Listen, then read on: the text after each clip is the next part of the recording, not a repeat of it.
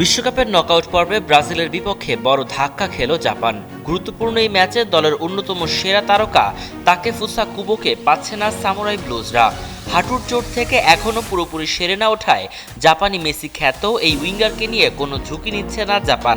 বিষয়টি নিশ্চিত করেছেন দলের প্রধান কোচ হাজিমে মোরিয়াসু। সোমবার টেক্সাসের হিউস্টনে ফিফা বিশ্বকাপ 2026-এর শেষ 32-এর ম্যাচে 5 বারের বিশ্ব চ্যাম্পিয়ন ব্রাজিলের মুখোমুখি হবে জাপান। তবে এই গুরুত্বপূর্ণ লড়াইয়ে কুবোর অনুপস্থিতি দলটির জন্য বড় ক্ষতি হিসাবে দেখা হচ্ছে। মোজো বিরাট কারবার জিতে নাও ফ্যামিলি কার, স্পোর্টস বাইক ছাড়াও লক্ষ লক্ষ নিশ্চিত গিফট। গত 14 জুন নেদারল্যান্ডসের বিপক্ষে টুর্নামেন্টের প্রথম ম্যাচে বাঁ হাঁটুর মেনিসকাসে চোট পান 25 বছর বয়সী কুবো। এরপর তিউনিসিয়া ও সুইডেনের বিপক্ষে গ্রুপ এফ এর বাকি দুটি ম্যাচেও খেলতে পারেননি তিনি। রবিবার সংবাদ মাধ্যমের জন্য উন্মুক্ত অনুশীলনে কুবোকে দলের অন্যদের সঙ্গে নয় বরং আলাদা অনুশীলন করতে দেখা গেছে। এরপরই তার খেলা নিয়ে জল্পনা তৈরি হলেও কোচ মোরিয়াসু সেই সম্ভাবনা উড়িয়ে দেন। তিনি বলেন, সে এখনও শুধু ব্যক্তিগতভাবে দৌড়ানো এবং অনুশীলন করছে, তাই ব্রাজিলের বিরুদ্ধে ম্যাচে সে খেলছে না।